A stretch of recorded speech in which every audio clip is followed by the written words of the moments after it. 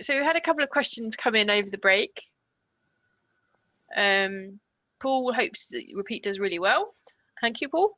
Nigel says, have you considered making the film as a 4-part 30-minuters and going to the BBC ITV?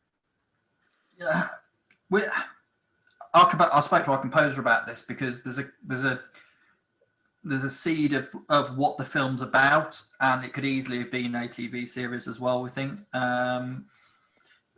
As we said, it was one thing at the start. The film was one thing at the start and ended up something completely different.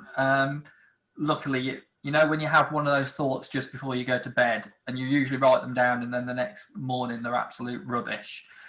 In this instance, it was actually quite a decent. I'm still focusing, aren't I? In this instance, it was the key to the film, and I think that probably you could have made a TV series out of the concept of Repeat and what it's really about. So it's not something that I've thought about, but you definitely could have adapted it to be a long form TV program, and it wouldn't have felt dragged out in any way. You could have made it a very different product, but the key concept we think is something that's interesting and that's going to surprise people. It's definitely going to be something that people aren't going to expect, I think, when they watch the film. And James is sitting there on there, so James can hopefully a testament that it's not what people are going to expect. His daughter is one of the leads in the film. Brilliant, thank you. Martin asks, what's your day job? I'm an IT manager. So that's why I like the technical parts of filmmaking, I think. Although after doing years of IT, I don't think it's probably not my key interest anymore. I've always loved film, but as I said, it's not something that I ever thought I could actually go and do. It always seemed unachievable. So yeah, IT is what I do by day, and it helps then go and do what my interests are out of it. I don't know if I made films full time if I would lose the love for it, but I don't think so. I think you're very brave admitting on here that you're an IT person, because in a minute you're going to be deluged with 101. Why does this not do this, and why does that do that? Moving on. Nigel says, I've seen a number of films from Denmark with English subtitles. Would you consider marketing it to other countries? If you got limited backing, what would you have done differently? Yeah, definitely. I think so. Tom's previous film, Cosmos, that's got a Russian distribution deal with full Russian commentary over the top of it. So all of the characters in Russian for these guys from Birmingham and London, we've got Russian dubs over them. If we got anywhere near sort of the distribution where it went out in other countries, I would be delighted. If it went to some of the Nordic places or wherever, we want the widest possible audience. So if it does get sold across the world, I'd be more than happy. It'd be great. And I love stuff from different regions. I really do. It's some of my strongest influences. Do you get a chance to see many films yourself, or are you always chock-a-block with all the stuff you're doing for your own filmmaking? Recently, I've not seen much, apart from just, like I say, finishing editing at 11 o'clock at night and then just watching, let my brain dribble out and watch something that, the key things that are on. But I'm a massive film buff. I watch absolutely everything. When I was a kid, I recorded everything from TV. I would go through, get the Herald, and I would highlight all the films on that week and just record them regardless of whatever they were. So I don't really have a core taste, but I pretty much watch everything. Excellent, thank you. And Paul wishes his best for the film. Okay, so we've got to the end of the questions in the chat. Does anyone have any questions they want to ask Richard now? Alan? Could I ask you the oldest question of all in the amateur film world? Where do you get your storylines from? I know the latest one was a personal matter. But yeah. I find it really difficult writing. Really difficult. It takes me months to come up with anything that I'm happy with. So I don't know where ideas or anything creative really comes from in the human mind. I think most recently, it's mashups of different things, so different influences from different places. And hopefully with Repeat, I've now started to get a way of creating stories, but I find it really difficult, just creativity as a whole, of sitting in front of a PC and trying to come up with a story. I find it, I've scrapped 10 times as many scripts as I've ever written. So again, unfortunately, I couldn't tell you. It's I guess it's external influences, and I don't think there is an original story out there, truly original. I think everything's a rehash of something else mixed in. I have a kind of follow-up question to that. Have you been finding that since lockdown, your dreams have just been epic?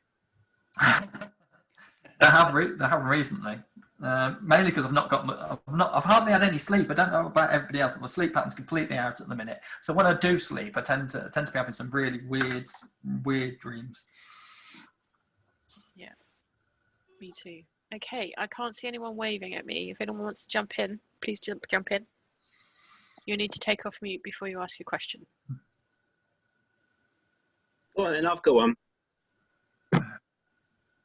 Go on. Do you agree that the film could nowhere near be as good and as epic as it is without what we've been through this year with lockdown? That's a really good question, actually. Really good question, because if we hadn't had lockdown, and I don't know if I've discussed this with you or not, James, but if we hadn't had lockdown, a number of key things that happened for Repeat wouldn't have happened. So, for example, we wouldn't have got Charlotte Ritchie as our lead because we would have shot in June instead of when we are shooting. So we would have had a completely different cast. We wouldn't have got our 2 producers on board. So without some of the adversity that we had, it's actually, and I don't like to say this because so many people have had such a tough time, but it's actually been a positive for the film in a lot of ways, that some of the delays has let some of the story percolate and let us change things, but also it's give us opportunities of just thinking, look, we might not ever go and make a feature film ever again. We might not have this opportunity. If we don't gamble and go and do everything we can to make the best product that we can make, then what's the point in what we're doing? So we've took a lot of risks with what we're doing. Hopefully not from a health and safety perspective, and that's one of the reasons why we're a company. That's why we could continue to film, because one of the few things that were allowed was for filmmakers. But yeah, it's if we hadn't had some of the adversity, we definitely wouldn't have come out with a product that we've got. And I think you may have seen one of the early versions of the script, James, but things have changed a lot throughout. So yeah, it's for us, there's been a number of positives as well as the challenge that it's laid on. Well, I think on behalf of Leela, and she'd like me to say this to everyone who's watching, it's been an absolute pleasure working with these guys. They've made us feel safe, secure. Everything was very well organised, well fed. Kim is an absolute maestro in the kitchen, and it's just been a fantastic experience for my 12-year-old daughter. So thanks again, and see you at early doors tomorrow.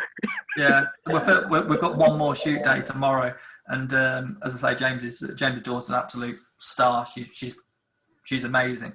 But one of the key things, I'll just cover this, is one of the key things that I think is least appreciated, and I think Kim's still on the call, or maybe not, so I don't need to say this because she isn't on the call, but providing catering for the cast and crew was probably one of the biggest things for making a feature, making sure that the cast and crew are well fed with good quality food was one of the most important things, because the appreciation of that, I don't think could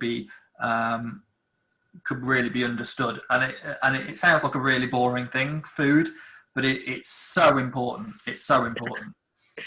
I'm going to just jump in there and put a shout out to Jill and Monica, because they often help out at Non-Eaten Club shoots, and they are awesome. So yeah, know where you're coming from. Definitely. So like James Bond scripts, then if you let it percolate a little bit longer in lockdown, you come out with a better product at the end. Definitely. It just gives you a different angle to think of, and we've definitely got a much better film because of all the things we've gone through. And like I say, without getting our producers on board and the experience that they've given us and the support they've given us, we just wouldn't have had the film that we're hopefully going to have, and hopefully people will enjoy it. So if money had been no object on your shoot this time, what things might have you done differently? How would that have affected the film? I don't think it would have made a massive difference, because we wrote this knowing we spent more on the film than we wanted to, than we originally budgeted. That's just, some things happened that we just couldn't we couldn't do anything about. And like I say, having a crowdfunder that was probably half the amount that you'd normally get in a normal year. So it probably would have been just not so much into our pockets, would have been the difference, but the film wouldn't have changed massively, because I think we wouldn't have brought in an external catering company. The only difference we may have had is just a couple of extra crew, and being able to not have some of the restrictions that we've had for having how many crew we could have on set at any one time. But that's COVID's done that. So in the future, I would want more to employ more crew, because I don't want to be having to do all the jobs that Grant and myself were doing, setting up lights here and there. Like I said, having somebody record the sound for us was just such a big difference. Having a professional sound recordist and knowing that the sound's going to be top quality has made a big difference, because it meant that I've not spent hours and hours trying to recover whatever we've recorded. You know, if it's an easy shoot, that's fine. A lot of the stuff that we were shooting were easy, but some of the shoots that we were doing, like in a theatre, that were wide shots, they've got boom poles that are 5 meters long. It's, you know, that sort of stuff that we just couldn't have done. So that's Did the sound guys bring their own microphones, or was it your microphones? all their own kit. So that was probably one of the best investments we made, was having a sound person. In the future, I'd have somebody who would have a bit more experience with probably makeup and lighting, but makeup for this film was also something we had to do ourselves to keep to a minimum as well. So most people didn't have makeup, or it was makeup that was special effects makeup, because again, with COVID, trying to avoid touching as much as possible, we did. There was some things we just could not avoid, but whereas we could, we did. So did you say what kind of microphones were being used, and were they recording to like a digital recorder separately, and you had to sync that? Yeah, that's it. So we synced the sound with, there was a little device that went on my camera, and they had a device as well on theirs, and we get time code. And in DaVinci, you can sync on time code. So you bring in the sound and you bring in the video, and the video's got like a screech in the background, which is basically the numbers of the time being recorded, and you can sync them up with one button. So that all the synchronization was seamless. We did have to do some syncing based on the waveform, but I've not had to do any matching myself. It's all been by the system, so that's been great. I couldn't tell you what sound kit they had, but our main sound guy basically had everything under the sun. If we'd purchased the stuff that he had in his sound bag, he had 30 grand's worth of sound stuff in his bag. So it paid for itself.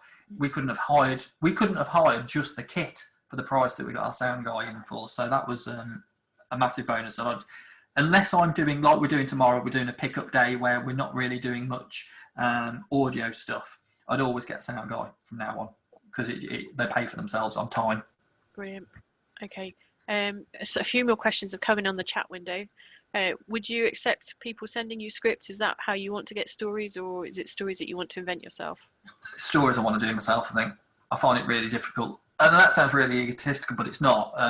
It's just it's easier to have a passion for the thing that you've written yourself, I think, and I just enjoy that side of it. That's my personal view. So yeah, I think we'll continue to write stories as a unit. Excellent. And how many rewrites did your current project get before you were happy to start with it? Probably it had three rewrites, 3 major versions. And one of them was it didn't have one of the major twists in it until the second rewrite. So yeah, three rewrites. Okay. How did you go about sourcing your costume and wardrobe for the film? So a lot of it was eBay. Some of it was old clothes that we had, some of our own stuff. Some of it was the actors' clothes. A lot of it was the actors' own stuff that we'd asked them to send images on.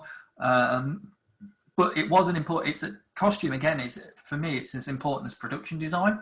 It really separates a amateur's production from something that's just had thought and effort put into it.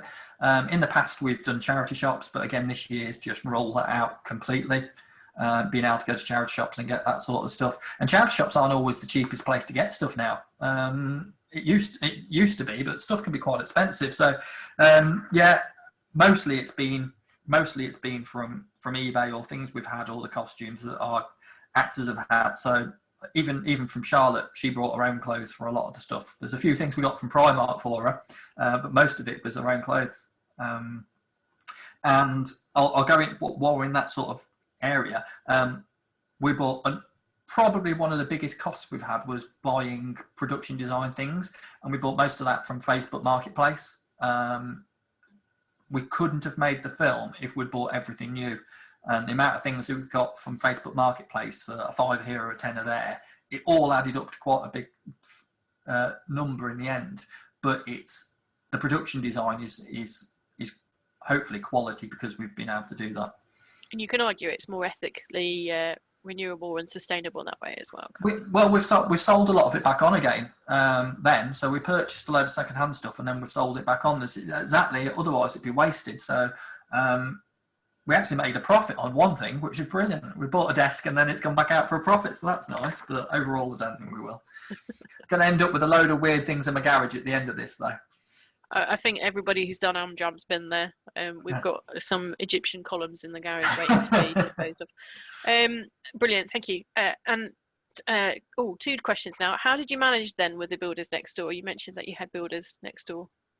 Again, Kim's not on the call now, but I nearly had a breakdown 2 days before the shoot, and they'd just put the wooden roof struts on, so they'd been working on it for 3 months doing the bricking and stuff, and we didn't hear a thing. And then just a week before, it was bang, bang, bang every morning for like 3 or 4 hours. And then we asked them we said, well, next week we're going to start shooting a feature film, which always sounds weird when you're saying to people because it just does sound weird. And they said they'd start work at the end of the building. It's an absolutely massive house, the building next door. They'd go and start working on the other end. And then they didn't turn up for 3 months. Well, 2 months. They've only just started coming back. So it was just pure luck that they were there for a day and then didn't come back after 2 weeks of working on that roof. So it was, again, luck. Yeah. Well, depends which end of the transaction you are with that. Or we were trying to get some building work done here and we didn't have anyone for quite a long time, so we didn't feel quite so lucky, but I guess it was convenient for you. Yeah, Cowboy Builders comes good, says Simon. Nigel asks, how important was the pre-planning for each and every day shoot? So I guess, could you tell us a bit about how much pre-planning you did? And yeah, so it's another good question. So it doesn't matter how much planning you do. Some things that you think are going to be easy take much longer than you think they're going to do. Especially again, James is on here and his daughter was there for the first day just because of some of the stuff that we had to, some of the orders that we had to shoot because of the availability of certain actors on certain days. So the first day shoot we've reshot a number of the things because the first day shoot was, although we planned everything to a T, we hadn't filmed for 6 or 8 months, and I think it's fair to say we were very ring rusty on the first day of just shooting. And I've spoke to a number of directors that were like this. They say the first day you only really get going after that. And even though we'd planned everything to a T, things just took longer. We didn't feel like, I think we had the knowledge that we knew that we had. It's just everything sort of fell out of our heads on the first day. And there was after that, just getting the first day out of it, it was a lot easier. But from a production point of view, we had call sheets every day. We had sides for everybody. So it was planned to, as much as we could. We didn't storyboard. We may do a bit more in the future, but it's not something we really believe in too much, because we think it takes away a little bit of the dynamic element.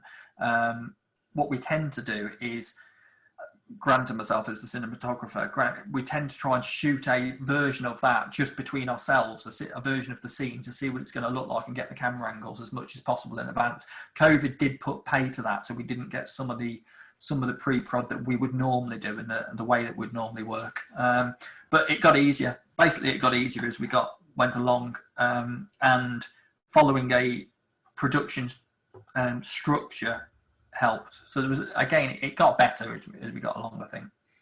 I think you used a bit of jargon there. You said that you had sides for everybody? Yeah, so sides, it's something I learned as well, because again, from what we did in the past, it was just a script. But sides is basically a portion of the script that's just for that day. So, for example, for Tom, you would have his sides that would be just his scenes for that day. So instead of printing off a whole script, it would just be 3 sheets that are his sides, right, and then Charlotte would have just her sides. And it meant that they could see the order that they were filming in as well, because the sides would be in order. So there was a lot of printing. There was probably a lot more paper than we'd normally use, but the actors really liked having those sides to hand. They loved having that sort of stuff, because, and I think the actors just knowing what they're going to be doing puts them at ease a lot. Okay, brilliant. Thank you. Thanks for explaining that for us. Nigel says, which director would you like to work alongside? I would just like to be on set with a load of actors. David Fincher's probably the guy I'd like to see most, how he puts things together, because he's got such a eye for every single detail. I think he's an incredible director. And just from a scale point of view, I'd just like to be on set for a Christopher Nolan film, because he produces blockbusters like nobody does these days, like Spielberg used to. And I think there's nobody so it's two ends of the scale. From a spectacle point of view, Chris Nolan, but then from a purely quality, I don't think there's anybody better than David Fincher at the minute. So supposing Spielberg couldn't make next week and they said, oh, we'll ask Richard, would you do it? No, I'd shit myself. I just couldn't imagine it.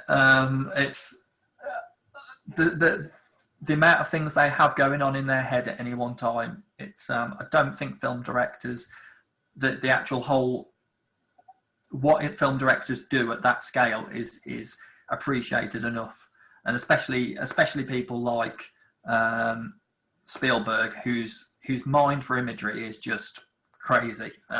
He is definitely one of the best ever. And if you just watch Indiana Jones and what he managed to do in some of those, and just some of the scenes that he put together, just crazy. I couldn't imagine how they work. Have you got a favorite kind of 80s era film? Ghostbusters probably. Okay. Just because I think it's genius writing. I think the subtlety in the comedy is brilliant. Is that Zemeckis? Yes. Yeah. Cool. No, it wasn't. It was Ramis. No, it wasn't. What's his name? Can't remember. It wasn't Zemeckis. He did Back to the Future. His son's doing the new one, isn't he? I'll have to Google that because it's annoying me. Ivan Reitman was director, okay, and his son's doing the new version. Thank you. Nigel says, what kind of director are you, or what sort of director are you? I think it's still. I think I don't direct enough to have a style yet. I think I'm still evolving as a director, and after dealing with actors from the last film and moving up, I think there's still a lot to learn. I don't think I have a particular style. I would just say collaborative, hopefully, at the minute. But I still think there's loads of things I need to learn before I know what type of director I am. And Simon's just put Final Draft. Do you mean Simon? Does he use Final Draft? Yeah, it's just a nod back to that when he mentioned about sides, producing sides. I wonder if that was a feature of the Final Draft software. I use Celtex. Is the software I used. Final Draft's great for scripts, and so was write a duet. That's really good for scripts. But if you want to create if you're working on something like a feature film, Celtex was fantastic. It basically let you create a full production schedule, which was the hardest thing we did because our film's based over a number of time periods. So with the costume changes, we had over 19 costume changes just for our lead. Knowing what they're supposed to be wearing that day, knowing what they'd worn the day before, because we weren't shooting in order. Celtex was great for putting all of that together and creating a full production pack, all the sides and all that sort of stuff. So it's more than just script software. It let you put together a budget, it let you put together everything. So that's what we used. If I was just writing a script, I wouldn't need to use it. I used something else to write the script and I imported it into Celtex. But Celtex, I couldn't speak highly enough from producing a feature film and just getting all the work around it. Brilliant. I see Simon's put a link to that in the chat. Yeah. Okay, cool. We have had Richard for a long time this evening, so I'm proposing that we wrap it up unless anyone's got some more burning questions. Alan's got his hand up. We often use 3 cameras to shoot a scene, so we get different angles, but they get in each other's way. Alternatively, we can shoot with 1 camera 3 times over at different angles, and then you have continuity problems. What is your preference? That's a really good question as well. All right, so we only filmed with 2 cameras for about 3 scenes, and the theatre scene was one of the scenes where we shot with 2 cameras. And if we hadn't, we would have been up shit creek basically for those scenes because we didn't get the coverage we should have done on the day. We thought we had, but luckily we shot with 2 cameras and we managed to get some angles from just grabbing. You know when you're just grabbing shots just in case it works. And we used so much of that footage on that day.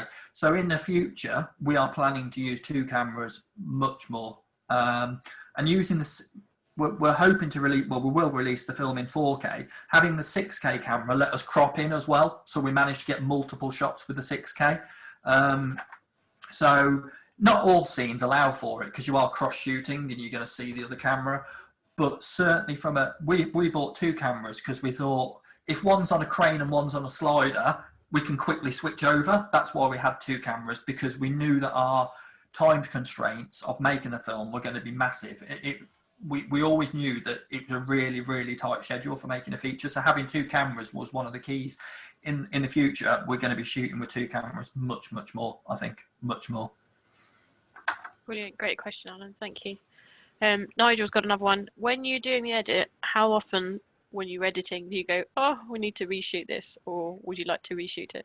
Oh, every single scene. I'll never be happy with any scene I've ever shot, I think. Ever. I think they say that no director's happy with the first edit they do, and I thought that was just a myth until I saw our first edit of this film, and I was like mortified by it. And it's just because I think it's because the first edit we did was not edited for pace. It wasn't edited for performance. It was edited to see, have we got the clips to make a film? And then after that, you refine and refine and refine, and you finally see that you've got something really good on your hands. But yeah, all the time I'm thinking, I want to reshoot something. But you've got to, just like they say about painters, you've got to stop at some point, and that's what it's going to be. Otherwise, you just ruin what you create, and you never stop.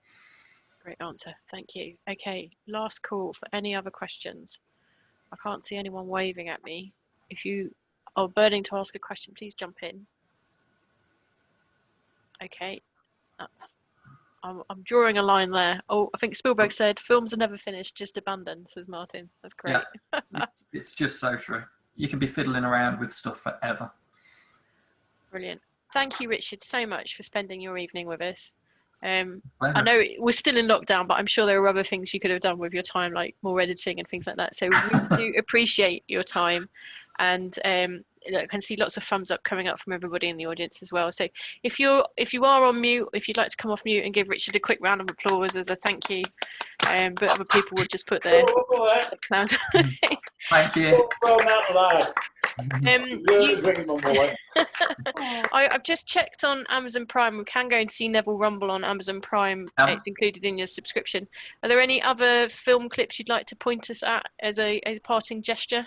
Let me just copy in this. So this is it's not open to like public viewing, but this is just like a little director's show reel that I've got. It's not got anything from repeating it. So that's it. So if you look at that, but all that. Can I share that with the group?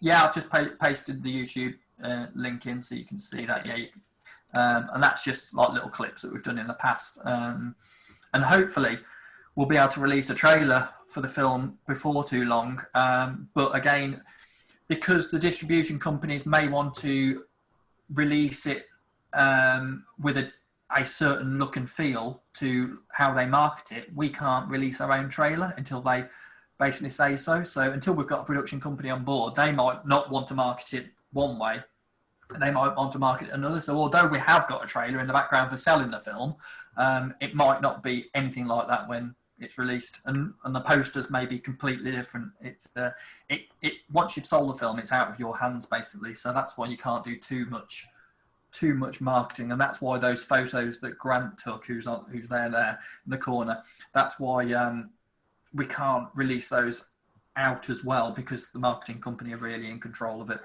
Fair enough. Well, do let us know when you have your star-studded premiere, and we will line the picket line and Thank you. Make it local. Your adoring autograph mob. Brilliant. Thanks, Richard. Thanks ever so much for your time this evening. I think I talk on everyone that you've been a really engaging and interesting speaker. So thanks for that. Thank you very much for your time this evening. Thank you very much. And so it was a fly. If anyone wants to carry on the conversation afterwards, please do feel free. But thank you. Cheers, Richard. Thank you. Thank you, everyone. Thanks, Richard. See you. Thanks all. Cheers, Rich. See you tomorrow. Thanks as well. Yeah, see you tomorrow.